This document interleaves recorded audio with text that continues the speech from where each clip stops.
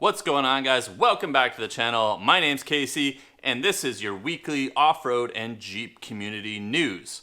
I would love to have you as a subscriber here on the channel, so if you want to join the community, hit that subscribe button. I upload new videos every week, but this week, there was just so much going on. Every time I would write a script, someone would release a new video, and I would have to go and change it. So here I am on Saturday shooting this video. This is probably Sunday now if you're watching it, because I am going to upload this Sunday morning. But I will be bringing news as frequently as I possibly can, and there is so much going on, especially with the release of the Gladiator and lots of cool builds on various YouTube channels and Instagram pages and Facebook pages and everything else. With that said, let's get right into it with the first update from the Lite Brite channel. Brittany and Kevin have let us know exactly what they're doing with their Jeep this week. Last week, I let you know that they were putting a 500 horsepower Hemi motor into their rig, and I had some suspicion that they probably should be swapping out those axles if they want to continue to wheel how hard they do wheel. And my suspicions were right. They let us know this week and showed us the installation of a Dynatrac Pro Rock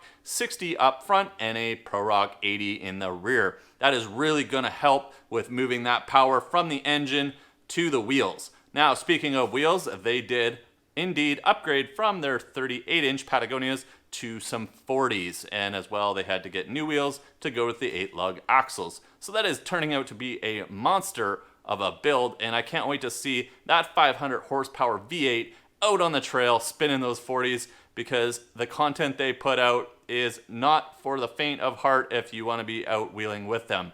They do hit some hard trails and put that JL to the test.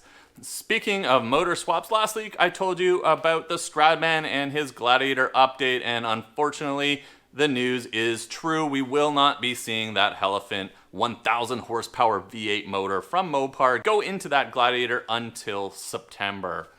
However, James did let us know just the other day that we will be seeing the Gladiator back on the channel sooner than we think, because the great folks over at America's Most Wanted 4x4 were so gracious to lend James a 700 horsepower Hellcat motor while we wait for the Elephant. So he is flying out to America's Most Wanted 4x4 to pick up the Gladiator, and he's going to be driving it back to Utah very soon, and I expect to see it on the channel. Now, I'm really hoping that he is planning on putting some new axles on that, because just like Kevin and Brittany, they are going to have the same problem spinning 40-inch tires on that Gladiator without some additional axles, but James isn't known to wheel as hard as some others, so maybe he can make it work, but adding 1000 horsepower is just going to additionally increase the likelihood of failure. So we'll have to see just what he does for axles and driveline, but we are going to see a 700 horsepower V8 on that channel very soon in a Gladiator. Now, speaking of Gladiators, Brad, aka Trail Recon, last week I brought to you his new Gladiator purchase, a beautiful firecracker red Rubicon named Amelia.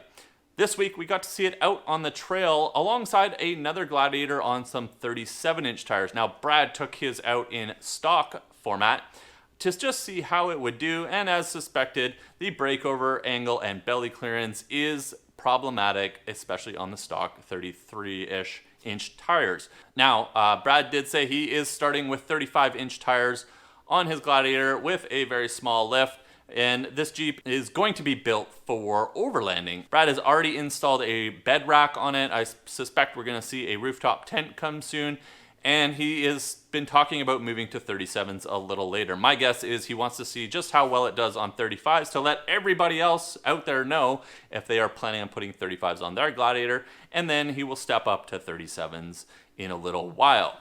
And it seems like every YouTuber is getting a Gladiator these days. This week we found out Ben over on JK Gear and Gadgets purchased a Rubicon Gladiator as well in a silver gray color. And we saw that release video just a couple days ago. It was kind of unexpected and out of nowhere, since he has been putting so much time and effort into building his JK on 40s with his own axle swaps that he's been doing.